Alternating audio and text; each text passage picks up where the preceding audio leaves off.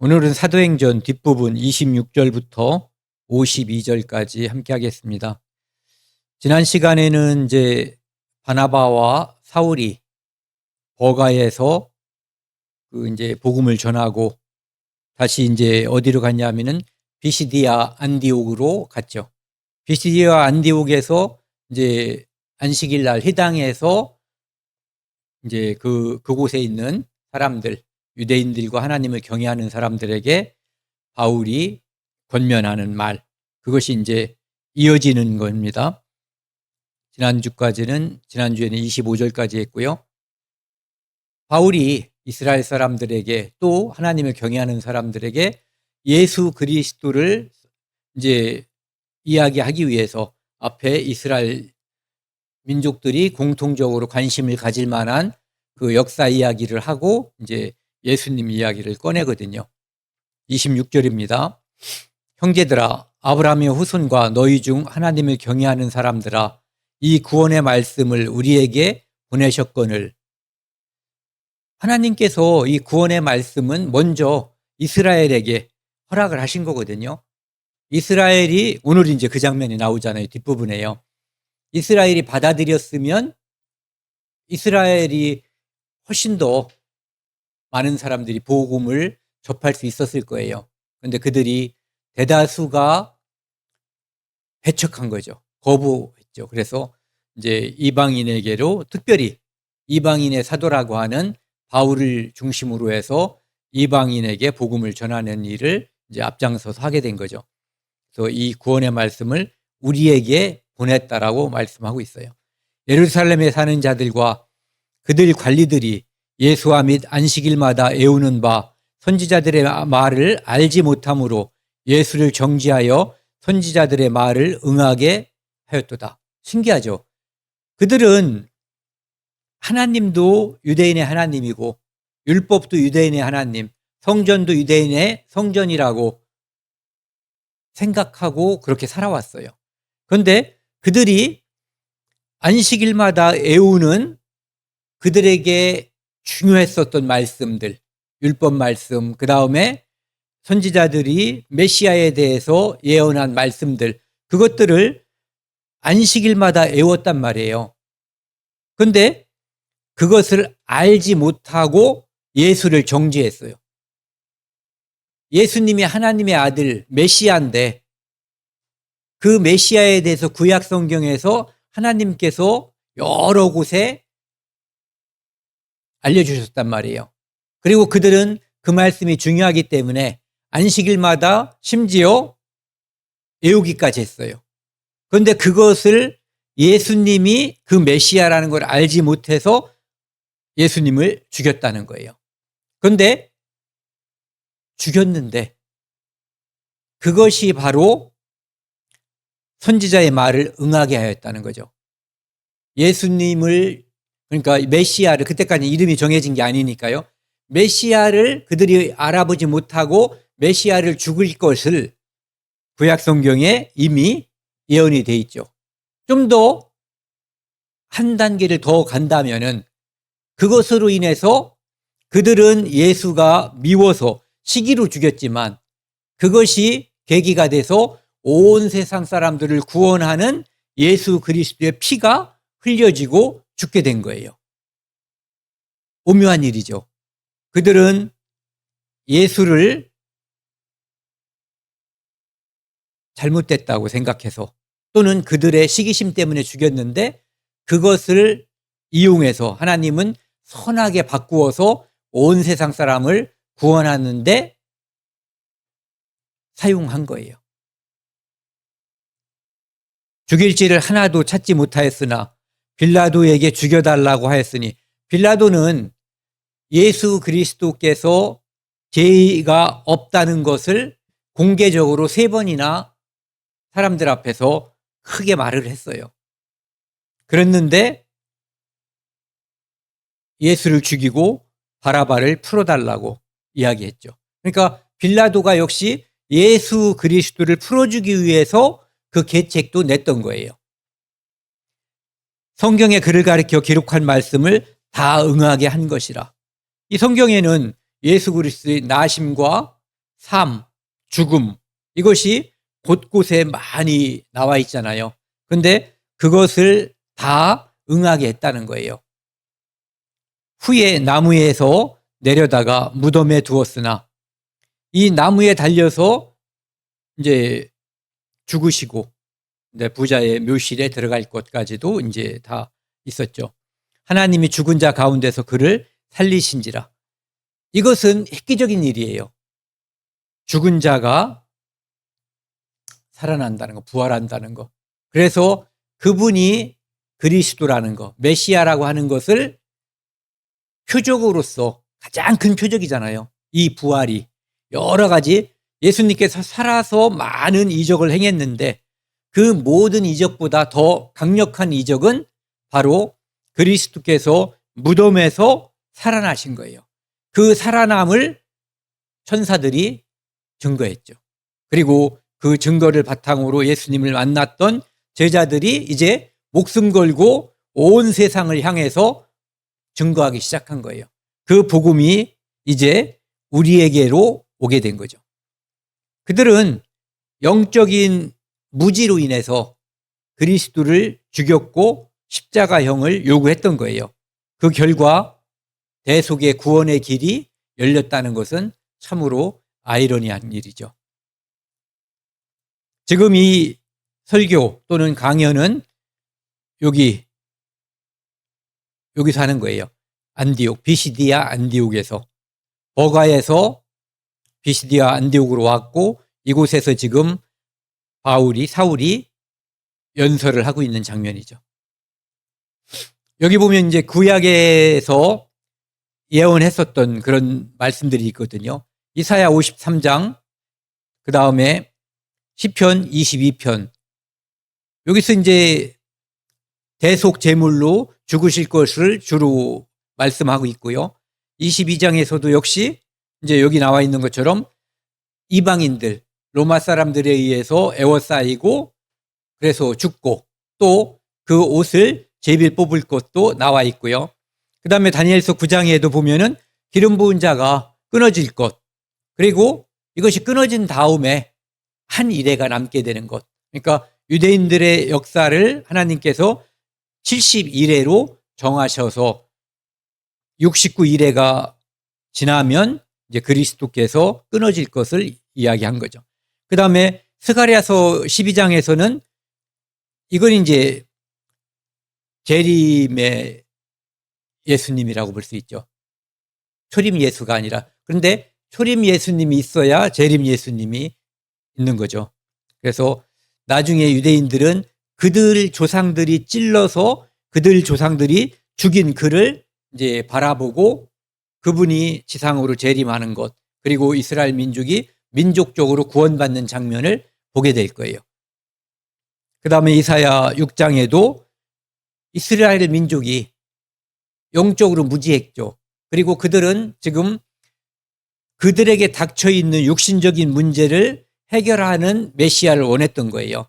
그래서 듣기는 들어도 깨닫지 못할 것이 예언이 돼 있었던 거죠.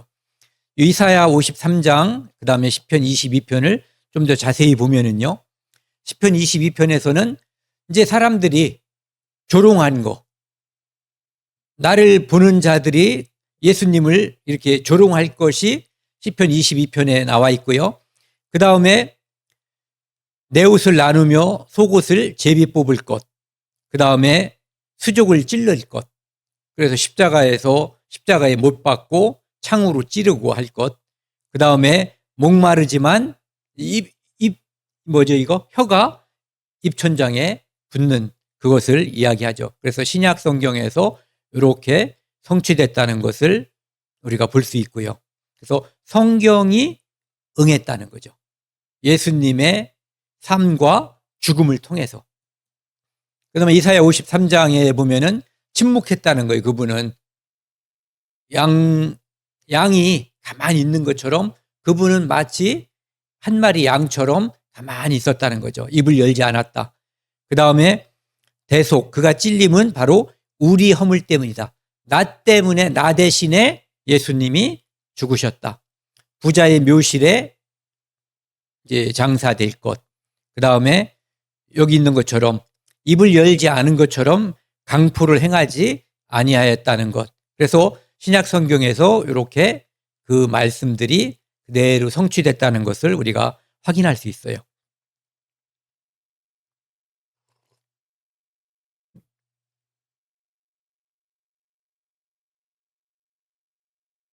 31절입니다. 갈릴리로부터 예루살렘에 함께 올라간 사람들에게 여러 날 보이셨으니, 예수님은 부활하고 40일 계셨잖아요. 그들이 이제 백성 앞에서 그의 증인이라. 그러니까 12제자뿐만 아니라 120 문도 성도들, 그 다음에 그 후에 500명, 500명만 받겠어요. 수많은 사람들이 받겠죠. 근데 그들이 다 증인이 된 거예요. 그러니까 예수님의 부활을 아무리 감추려고 해도, 그러니까 시체를 훔쳐가고 시체 부활했다고 거짓말을 시킨다라고 매도를 해도 중구난방이라고 그러잖아요. 수많은 사람들이 여기저기서 떠드는, 더군다나 이것은 일생일대에 아주 처음 있는, 인류 역사상 처음 있는 일이잖아요. 그것을 본 사람들의 입을 막을 수가 없죠. 우리도 조상들에게 주신 약속을 너희들에게 전파하노니, 메시아를 보내주실 것을 구약 성경에서 계속 이야기했고, 그것을 이제 전파한다는 거죠. 그 전파라고 하는 것은 결국은 예수 그리스도고, 예수 그리스도의 피 흘림과 죽음과 부활, 복음이라고 볼 수가 있죠. 곧 하나님이 예수를 일으키사 살리셔서 우리 자녀들에게 이 약속을 이루게 하셨다 함이라. 시편 2째 편에, 요게 이제 메시아 시편이라고 그러잖아요. 기록한 바와 같이 너는 내 아들이라 오늘 너를 낳았다 하셨고, 또 하나님께서 죽은 자 가운데서 그를 일으키사 다시 썩음을 당하지 않게 하실 것을 가르쳐 이르시되, 디귿 내가 다윗의 거룩하고 미쁜 은사를 너희에게 주리라 하셨으며, 다윗에게 이 은사를 줬다는 것은, 다윗은 죽고 썩었잖아요. 그런데 그리스도는 죽었지만 다시 부활해서 그 무덤이 빈 무덤이 된 거죠. 그리고 그 이사야에서 이야기하기를 귀를 기울이면은 내 영혼이 살 거다라고 이야기하고 있죠. 그래서 또 다른 시편에, 이것은 또 다른 시편은 시편 16편 10절에 이르기를 일렀으되 주의 거룩한 자로 썩음을 당하지 않게 하시리라 하였느니라. 그래서 이 모든 구약에서 말한 그것들, 여기서는 이제 부분적으로 몇 가지만 이야기했지만 더 많은 것들이 있잖아요.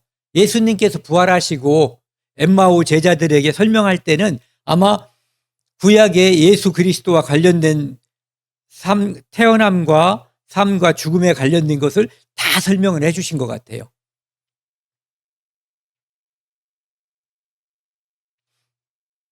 다윗은 당시 하나님의 뜻을 따라 섬기다가 잠들어 그 조상들과 함께 묻혀 썩음을 당하였으되, 그러니까 사람들이 이 땅에서 죽으면 썩는 게 정상이에요. 네.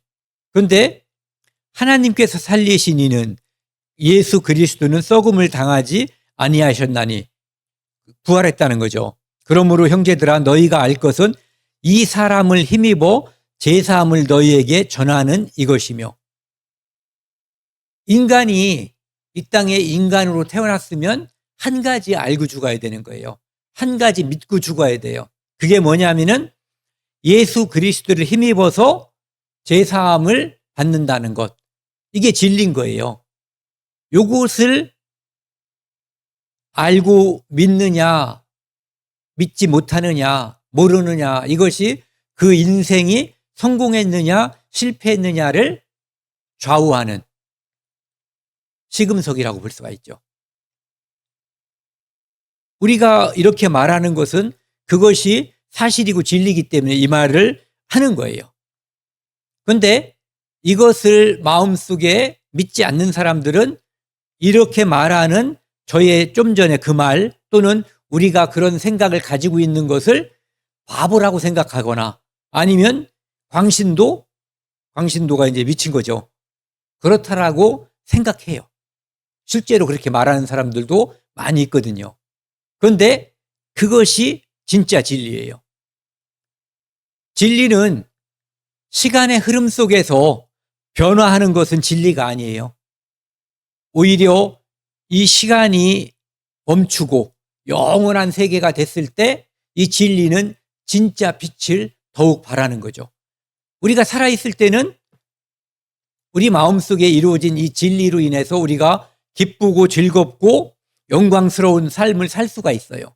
그런데 진짜 그 빛을 발하는 것은 죽음 후에 천국 가는 일, 지옥 가는 일, 이 심판의 기로에 있을 때 무엇이 우리를 하나님 나라로 갈 수 있게끔 인도하냐면은 바로 요 믿음 하나거든요. 죄에 대하여라 함은 저희가 나를 믿지 아니하며, 즉 죄 문제를 해결한 사람은 인생에서 성공한 사람인 거예요.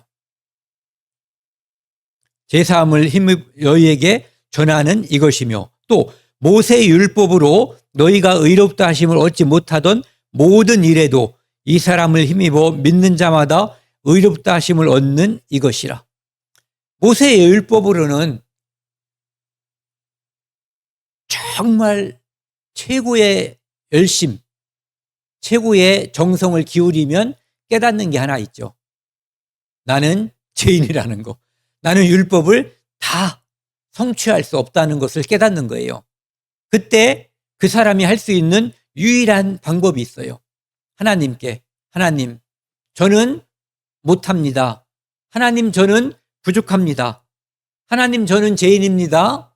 저를 불쌍히 여겨서 구원해 주세요. 저로서는 최선을 다했지만 불가능한 일입니다. 하나님은 하실 수 있습니다. 저를 구원해 주세요. 이렇게 가야지 되는 거예요. 그래서 율법으로는 죄를 깨닫는 거예요. 율법을 지켜서 의롭다함을 얻을 수가 없는 거예요. 그런즉 너희는 선지자들을 통하여 말씀하신 것이 너희에게 미칠까 삼가라. 선지자들을 통해서 말씀하신 것이 일테면 첫 번째, 아브라함을 통해서 순종하면, 그 다음에 불순종하면 그 결과가 완전히 다르잖아요. 순종하면 하나님께서 복을 내리시고, 아브라함을 또는 이스라엘 민족을 도우면 하나님이 복을 줘요.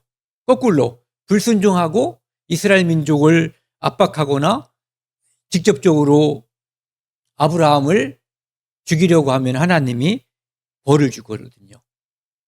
그러니까 선지자들을 통하여 말씀하신 것이 너희에게 미칠까 삼가라.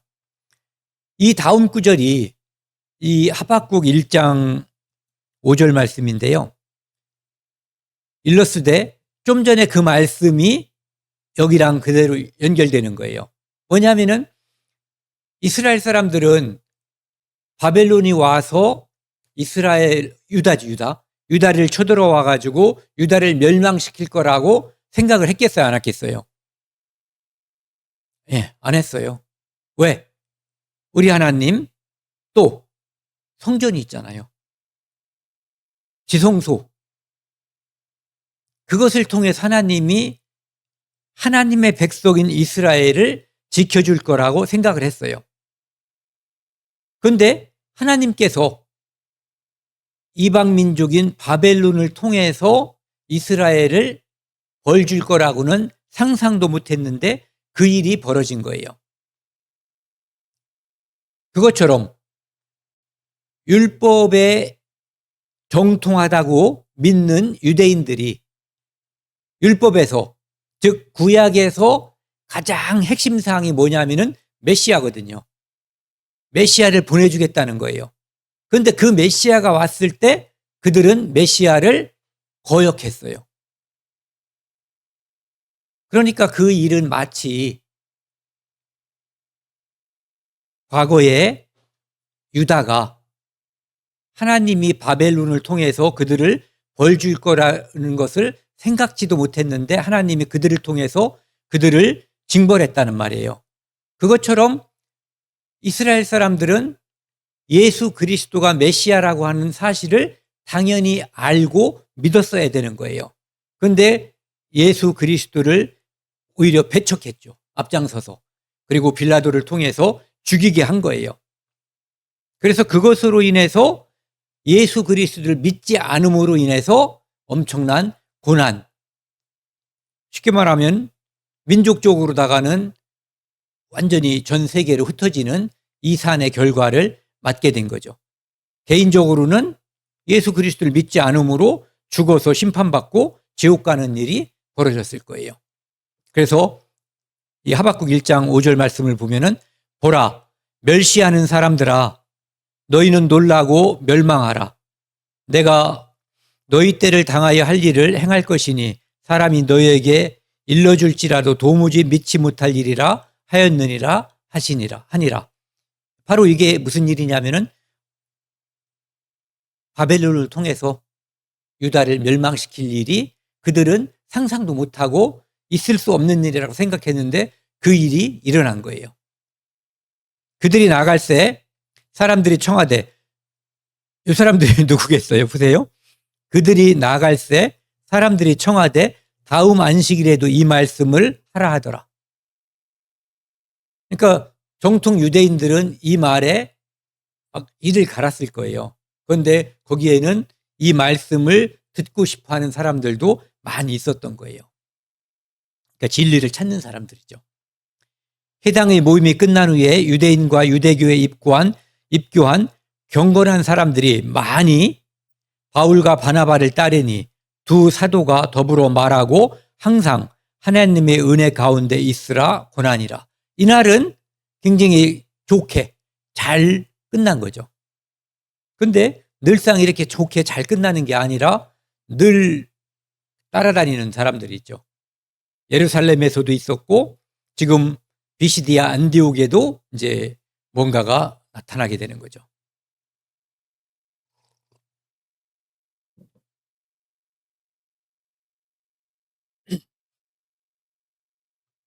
44절입니다. 그 다음 안식일에는 온 시민이, 전 이거 읽을 때마다 감동을 해요. 온 시민이 거의 다 하나님의 말씀을 듣고자 하여 모이니. 여기에 사람이 몇 명 살진 모르지만은 누가가 이 정도의 표현을 했다는 것은 정말 많은 사람들이 구름같이 모였던 것 같아요. 그러니까 유대인만 모였던 게 아니죠. 모이니 유대인들이 그 무리를 보고 이제 드디어 나타난 거예요. 이 안에 다른 영이 확실히 들어서 역사하는 사람들이 나타난 거죠. 그 무리를 보고 시기가 가득하여. 빌라도도 알았어요.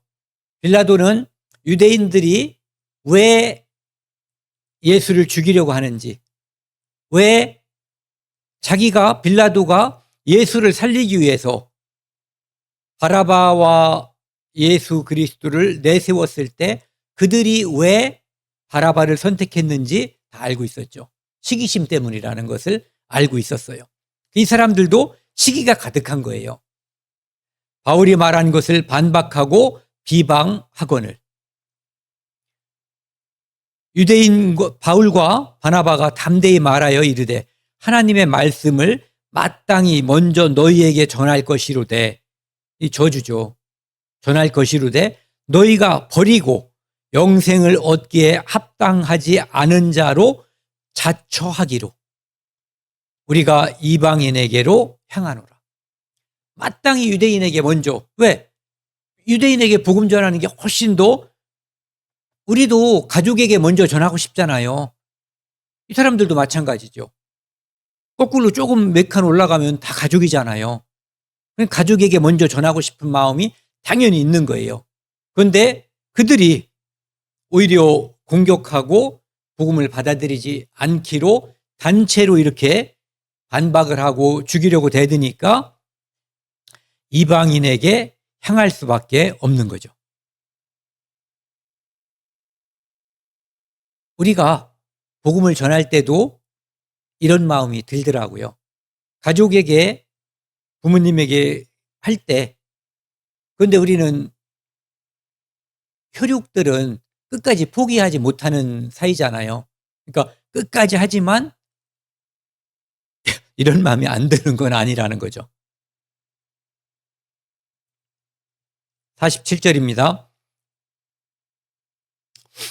주께서 이같이 우리에게 명하시되 내가 너를 이방의 빛으로 삼아 너로 땅끝까지 구원하게 하리라 하셨느니라 하니, 이 말씀은 이사야 49장 6절 말씀이에요.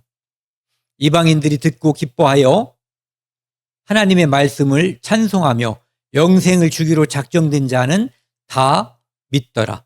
주의 말씀이 그 지방에 두루 퍼지니라. 이스라엘은 이방의 빛인 거예요. 이스라엘 하나님의 말씀을 순종해서 그들의 복을 받는 모습을 보면 마치 예전에 누구죠? 라합이 이스라엘 민족이 애굽에서 나와가지고 정말로 사죽지세로 적군들을 물리치면서 오는 그 모습을 보고, 아, 나도 하나님의 백성이 되었으면 나는 어떻게 하면은 하나님의 백성이 될 수 있을까? 나는 어떻게 하면 멸망하지 않을 수 있을까? 이런 것을 연구했을 거예요.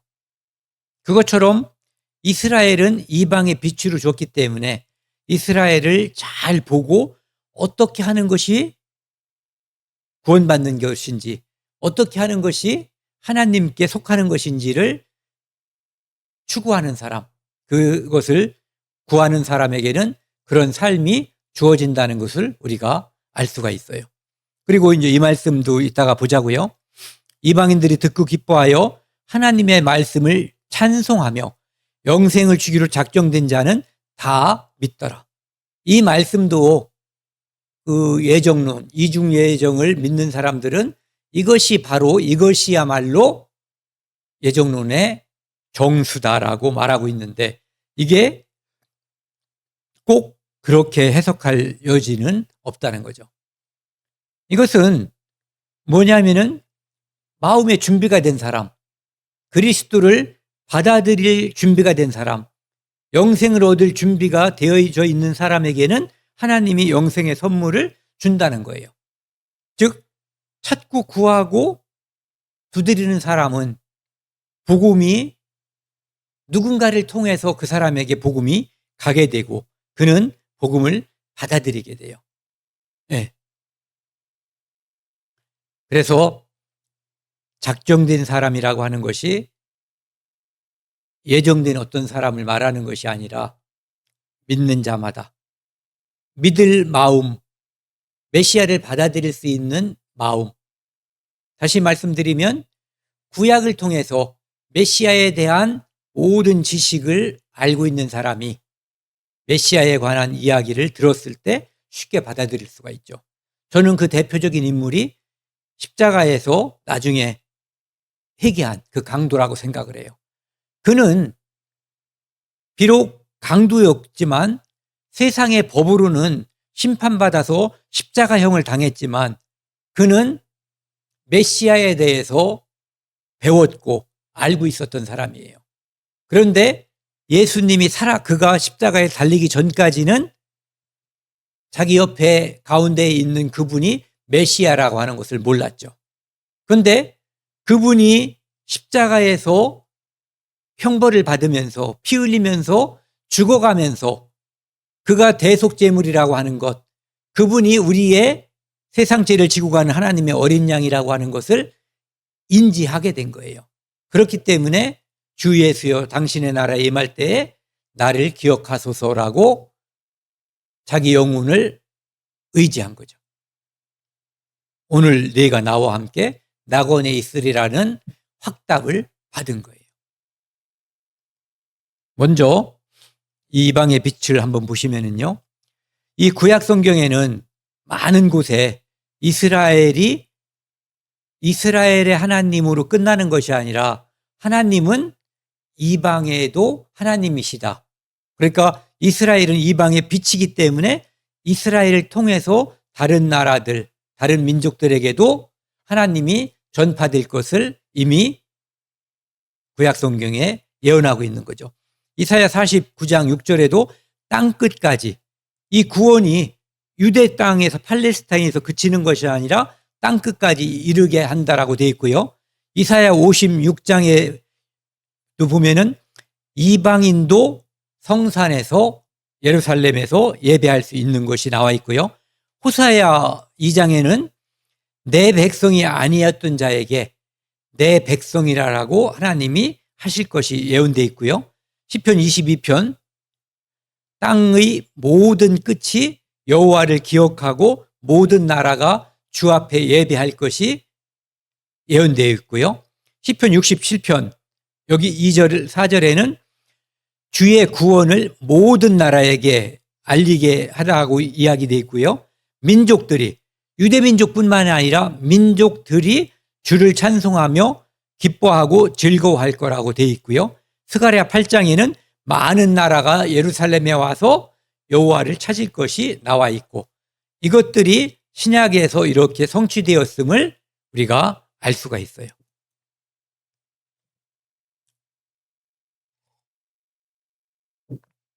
또 다른 측면에서 영생을 얻기에 작정된 자들은 다 믿더라라는 말씀을 한번 생각해 보면은요.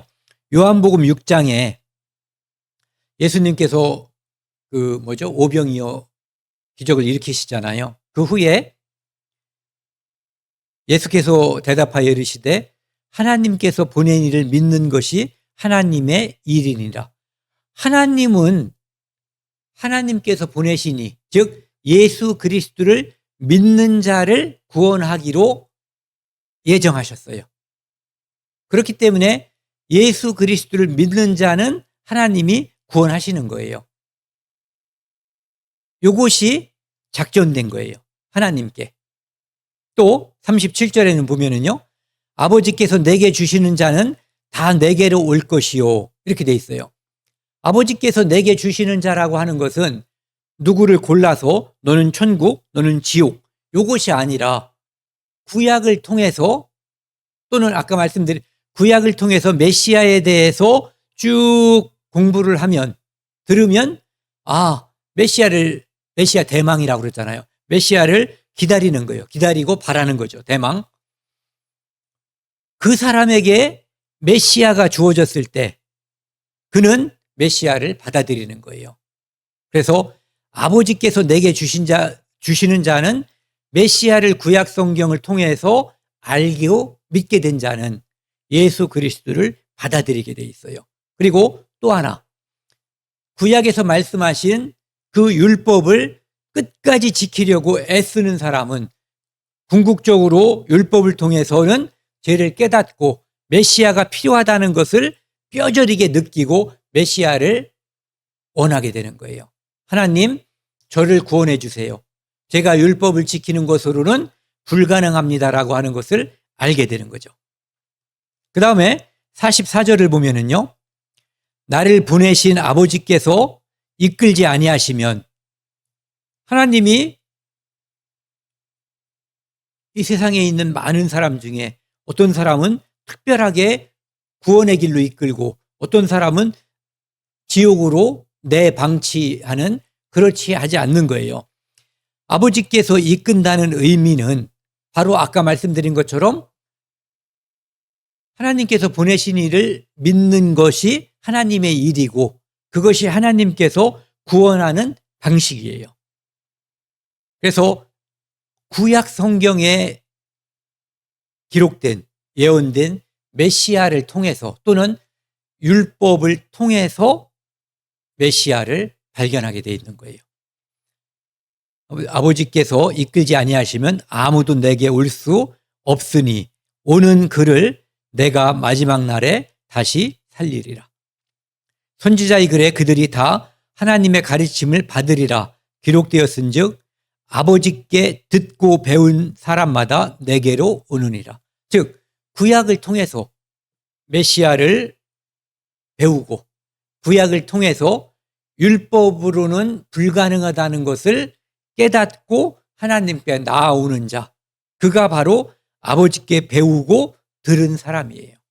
그런 사람이 예수 그리스도를 받아들이게 되어 있는 거예요. 그러니까 여기 아까 말씀드린 것처럼 영생을 주기로 작정된 자가 바로 그런 사람이라는 거죠.